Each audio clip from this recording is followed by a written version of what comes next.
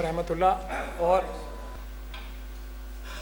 ताकि जो ये ढकोसला करते हैं ना, ये 1% लोग जो हराम की खाने वाले सबसे बड़े हैं, वो उनको एक्सपोज करने का, तो अखंड भारत एक तरीका है उनको एक्सपोज करने का। 1 मिनट में एक्सपोज हो जाएंगे।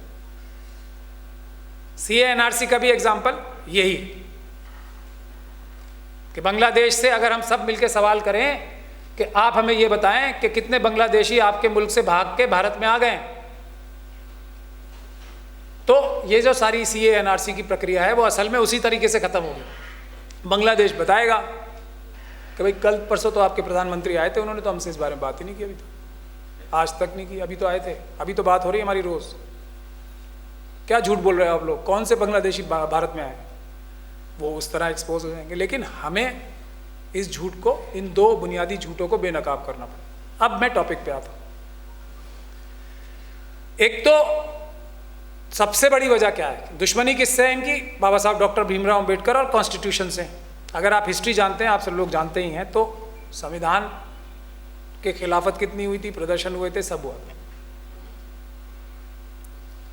तो ये डायरेक्टली और इनडायरेक्टली जो ये दोनों चीज़ें हो रही हैं, जस्टिस का मजाक उड़ाया जा रहा है और जस्टिस से डराया जा रहा है। और उसका एग्जाम्पल खुद 4 सुप्रीम कोर्ट के सिटिंग जजेस हैं। मैं अपने मुंह से बोलना ही नहीं चाहता, कुछ ना बोलने की ज़रूरत है। उन्होंने खुद आके प्रेस कॉन्फ्रेंस करके कहा था यही बात कि हम पे दबाव है। तो जुडिशल टेररिज्म भी जुडिशल जजेस को टेरराइज करके भी किया जा रहा है कि आपके पास ऑप्शन है, जज लोया या जज जिंदा जज या जज लोया जज। ये बताया जा रहा है लोगों को। और कैसे डराया गया, अभी मैं जो जल्दी में भी इसीलिए हूं कि दिल्ली हाई कोर्ट में ब्लास्ट हुआ था, उसके अलग अलग तरीके हैं। 4 जजेस का तो मैंने आपको एग्जांपल दिया, अभी एक और दूंगा। अभी दिल्ली हाई कोर्ट का ब्लास्ट केस चल रहा है, वही करने जा रहा है। उसमें पूरी तरीके से कोरा झूठ है वो केस। उसमें ईमेल क्या दी गई है कि हाई कोर्ट पे तो ब्लास्ट कर दिया हमने, जो जिस ईमेल की बुनियाद पे केस चल रहा है। अब अगली नंबर सुप्रीम कोर्ट की है। तो ये जो झूठा केस बनाया जा रहा है, निशाना कौन था? जुडिशरी को डराना। ये निकल के आ रहा है उस केस से। तो ये हालात हैं। तो और तीसरा एग्जाम्पल जो अभी 4-5 दिन पहले हमारे प्रधान न्यायाधीश रहे, अभी राज्यसभा के मेंबर बने हुए गोगोई साहब ने कहा, ये सबसे बड़ा एग्जाम्पल है कि क्या चाह रहा है मनुवाद। उन्होंने ये कहा कि मेरे खिलाफ जो है बहुत बुरी बुरी बातें कही गई लोकसभा में और बाहर भी लोग कह रहे हैं, मगर मैं केस नहीं करूंगा। क्यों? क्योंकि सुप्रीम कोर्ट में सिर्फ एक तरह के लोग जाते हैं। ये वो कह रहे हैं जो 5 साल तक या 6 साल तक सुप्रीम कोर्ट के कॉलेजियम में रहे और उसके बाद चीफ जस्टिस रहे 14 महीने तक। मतलब पूरा उनका बनाया हुआ सिस्टम है ये, कम से कम 5-6 साल। तो अपने बारे में क्या कन्फेशन कर रहे हैं वो सुन लीजिए। एक तरह का कन्फेशन ही है और एक्स्ट्रा जुडिशियल कन्फेशन है, टीवी के सामने है।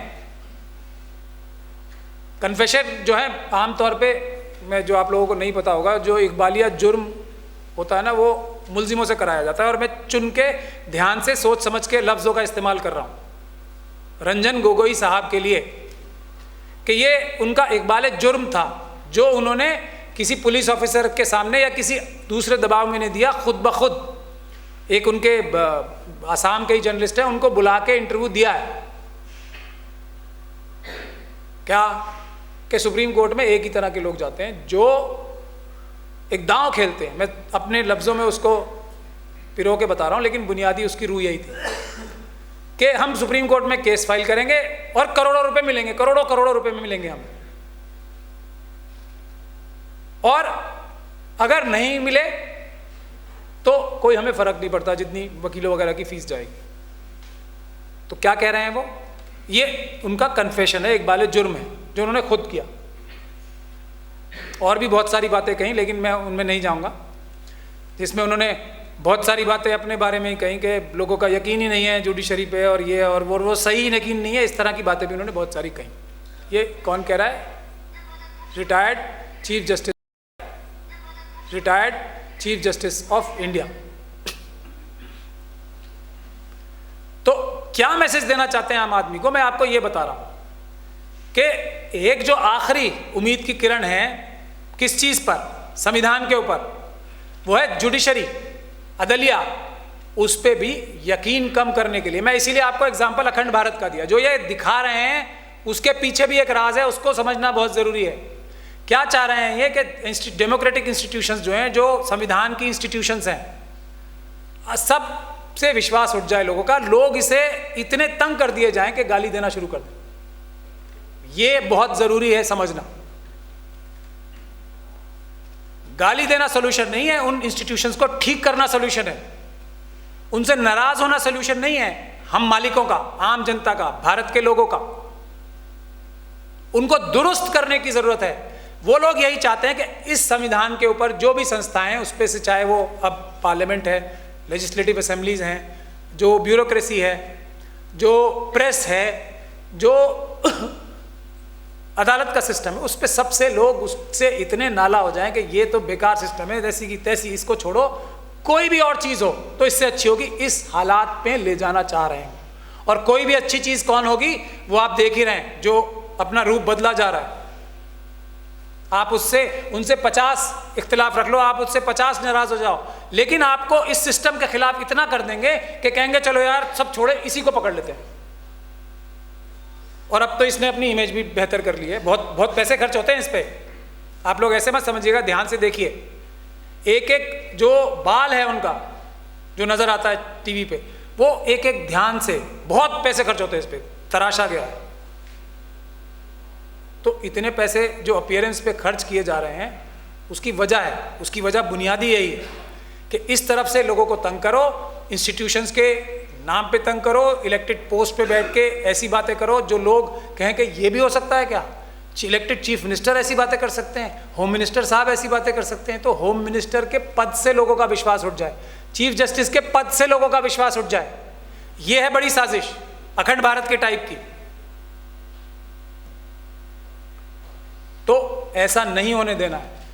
यह संविधान अब भी इतनी ताकत रखता है कि इस जुडिशियल टेररिज्म जो आज फैलाया जा रहा है एक खास मकसद के लिए, उसको संवैधानिक तरीकों से, पीसफुल तरीकों से, और सबसे बड़े हथियार हैं हमारे, ये आप समझ लीजिए, सबसे बड़े औजार हैं हमारे ये पीसफुल प्रोटेस्ट, और हमारे जो दूसरे रास्ते हैं संवैधानिक, जो पिटीशन लिखना है, MP MLAs का घेराव करना है, जो अफसरों का घेराव करना है, जो सुप्रीम कोर्ट तक पे जाके प्रदर्शन करना है, वो भी हमने किया।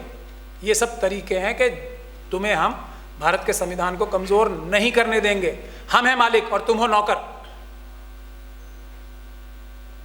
तो संविधान को कमजोर ना करने देने के लिए जुस्तजू करनी है, लेकिन अल्टीमेटली ये होगा तभी जब, जो आज के जो मंच पे बैठे और आप सब लोग बैठे हैं, वो तभी होगा जब हम लोग शासक बनेंगे।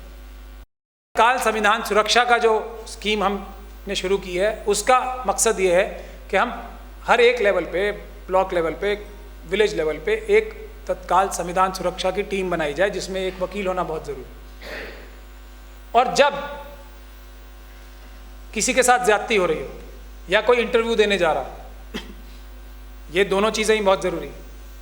जो सरकारी स्कीम्स हैं उसमें अमल नहीं हो रहा, तो ये जो टीम है हमारी, अगर कोई पुलिस रेड करती है तो 5 से 10 मिनट या आधा घंटा या 1 घंटा जगह के हिसाब से मौके पे पहुँचे और उनको मजबूर करे, जो संविधान की कसम लेके, शपथ लेके संविधान के हिसाब से काम करने के लिए बाध्य, ड्यूटी बाउंड ऑफिसर्स जो हैं, वो संविधान पे अमल उनसे वही मौके पे कराया जाए कि आप इस हमारे शेड्यूल कास्ट भाई के घर में महिलाओं की मौजूदगी में इस प्रकार घुस नहीं सकते, इस प्रकार ज़बरदस्ती बगैर कागजी कार्रवाई के, बगैर जो गाइडलाइन सुप्रीम कोर्ट ने बनाई हैं उसको तोड़कर आप ये काम नहीं कर सकते। तो तत्काल संविधान सुरक्षा के लिए आपको मौजूद रहना। जब किसी जगह इंटरव्यूज़ हो रहे हों या गवर्नमेंट की स्कीम्स के पैसे तकसीम हो रहे हों, उस पर भी नज़र रखें, मौके पे पहुँचें, अफसरों के ऊपर दबाव बनाएं। अदालतों के बाहर भी, और मैं कह रहा हूँ खुल के, ये ओपन कोर्ट्स का कॉन्सेप्ट ही यही है।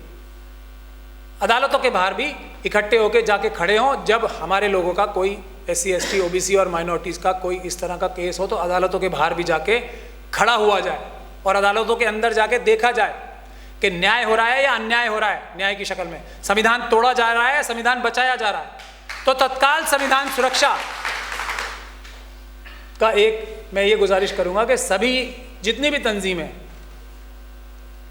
इस लाइन पर काम करें, हमारा साथ भी दें, और जैसा भी अल्लाह ताला ने हमें बनाया है उसी हिसाब से और आगे बढ़कर हम लोग भी उसमें चाहेंगे कि मदद भी करें और साथ भी रहें आप सब लोगों के। तो मैं यही चंद गुजारिशें आप लोगों से करना चाहता था।